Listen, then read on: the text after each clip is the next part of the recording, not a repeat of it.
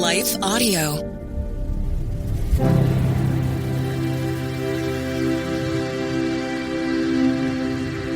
Thank you for listening to Your Daily Bible Verse, the podcast that examines one verse each day to learn more about God and His will for our lives. I'm your host, Kyle Norman. After a brief message from one of our sponsors, we will continue with today's verse.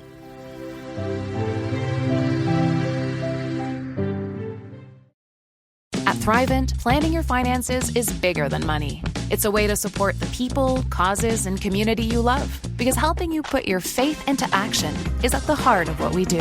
Thrivent, where money means more. Connect with us at Thrivent.com. Grand Canyon University, a private Christian university in beautiful Phoenix, Arizona, believes that we're endowed by our Creator with certain unalienable rights to life, liberty, and the pursuit of happiness. GCU believes in equal opportunity, and the American dream starts with purpose. GCU equips you to serve others in ways that promote human flourishing and create a ripple effect of transformation for generations to come. By honoring your career calling, you impact your family, your friends, and your community. Change the world for good by putting others before yourself to glorify God. Whether your pursuit involves a bachelor's, master's, or doctoral degree, GCU's online, on-campus, and hybrid learning environments are designed to help you achieve your unique academic, personal, and professional goals. With over 340 academic programs as of September 2024, GCU meets you where you are and provides a path to help you fulfill your dreams. The pursuit to serve others is yours. Let it flourish. Find your purpose at Grand Canyon University. Private, Christian, affordable. Visit gcu.edu.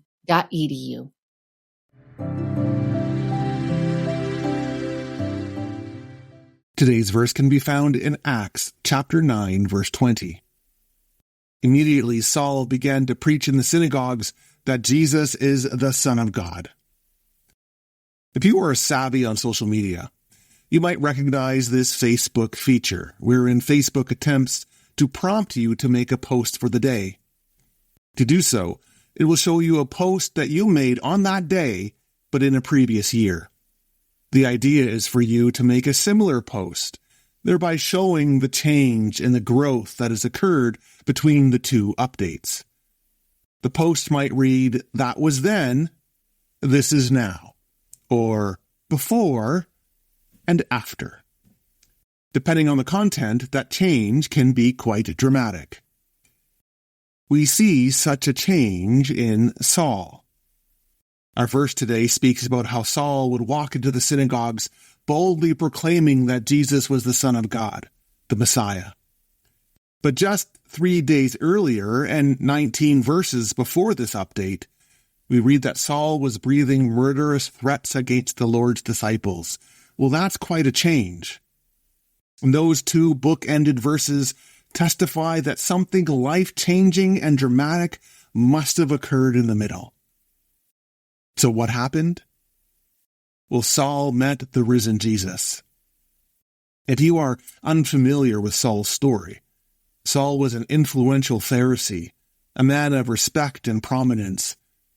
Because Jesus of Nazareth was executed as a blasphemer, he believed that pronouncing his resurrection was the height of spiritual insult.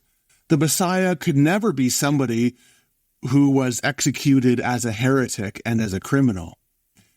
And so vehemently was he against Jesus and all his followers that Saul got permission from the high priest to arrest any men and women who followed Jesus, and with that mission in hand, he set out.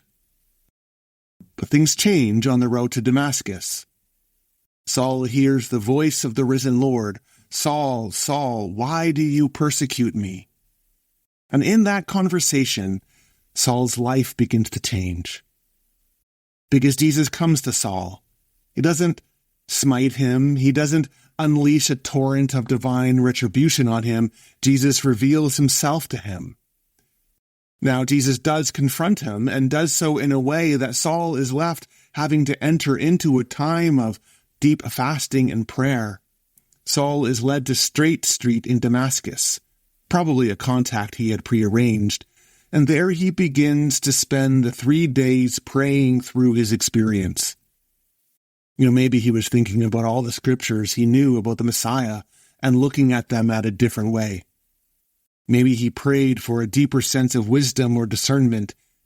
Maybe he asked for some confirmation that what he experienced on that road was true. And once that's received, through confirmation from a believer named Ananias, Saul pursues a life with Jesus with the same boldness that he once rejected him. Isn't it great that nobody ever works their way out of the graceful acceptance of Jesus? There is no one who is deemed unworthy. There is no one for whom Jesus will not come and meet in his grace. Because let's be honest, if Jesus would reject anybody, wouldn't he reject the person who was running around arresting his followers? So hateful was Saul to Jesus' friends, shouldn't that make him unworthy to receive God's grace and mercy? But it doesn't. Jesus comes to Saul and changes his life.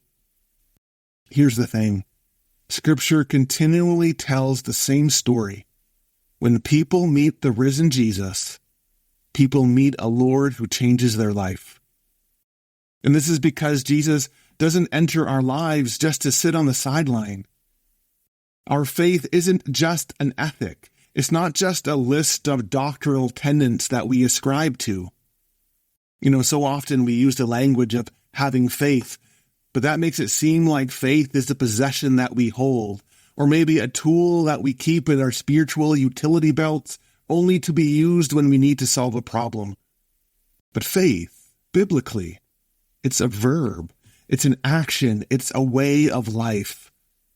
This is why the followers of Jesus were initially called the followers of the way.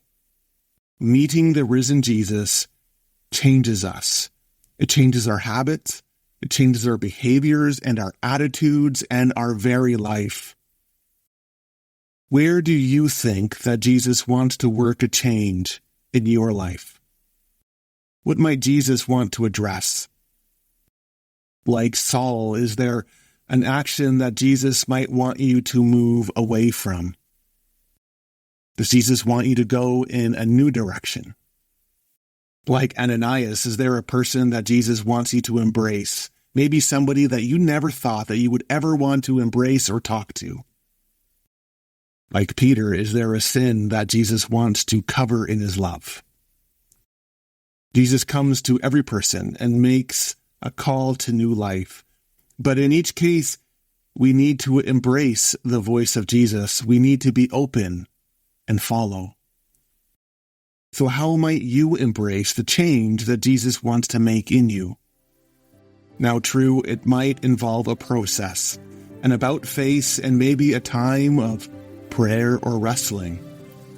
But on the other end is a life lived in the grace, in the forgiveness, and in the power of the living God.